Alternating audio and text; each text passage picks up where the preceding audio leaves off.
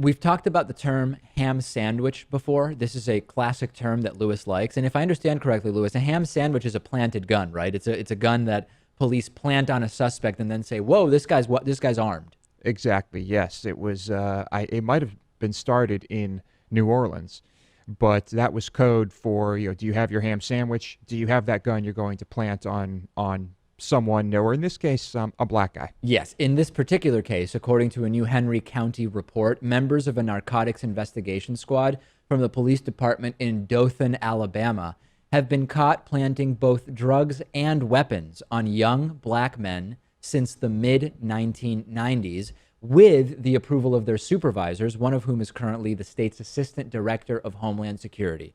Absolutely stunning. Andy Hughes was a sergeant in the department while overseeing the unit that did the planting of ham sandwiches and of drugs. But he was also a leader, this may not surprise all of you, in a neo-Confederate group comprised of squad members, along with fellow supervisor Steve Parrish, who at the time was a lieutenant and is currently the city's police chief.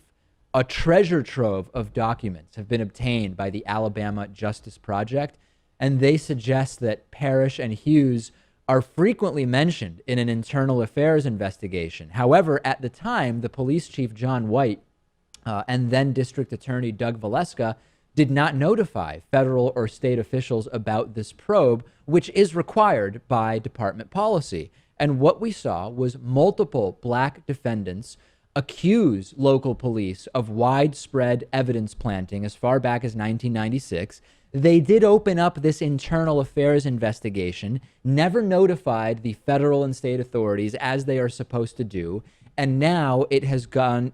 It's blown up. I mean, it is completely without question at this point that a dozen officers were told about this internal affairs investigation. Most of those officers were brought in, failed subsequent polygraph tests about the planting of drugs and weapons, ham sandwiches, as we like to call them.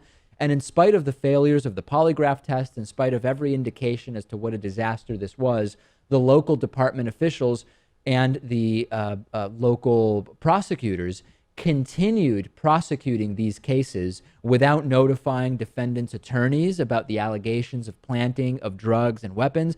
And we hear about this all the time, Lewis. Oh, they're planting drugs on young black men. They're planting weapons on young black men to create pretenses for arrest and prosecution and conviction.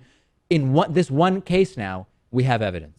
Yes, and I know that this type of thing is probably happening in other parts of the country, Dave. Of course, this thing happens all over the place. And the most amazing thing about this to me is that you have police departments, prosecutors, police officers basically falsely convicting black people all over the country. And then, as a result of that, they take the crime statistics, right, which of course are now thrown off, and use those and throw them all over the place. Republicans throw them all over the place, and then you breed more racism. Absolutely. And the question now is what happens to all of these convictions? I mean, I hope it blows up. I wouldn't be surprised if there's a slap on the wrists and everybody stays in prison because, hey, listen, planted evidence or not, these are criminals we're dealing with.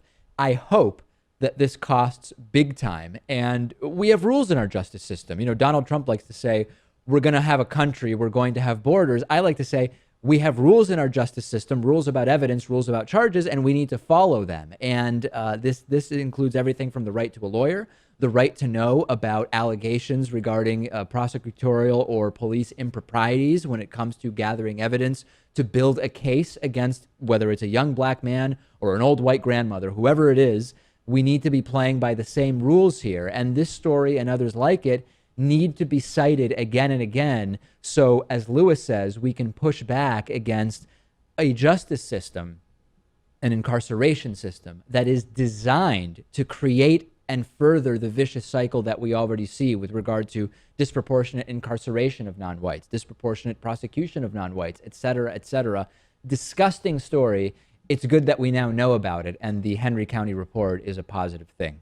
Let's take a break. After the break, I will speak to Roger Sorkin, who argues that the U.S. military should and is prepared and positioned to lead the path away from fossil fuels and towards renewable energy.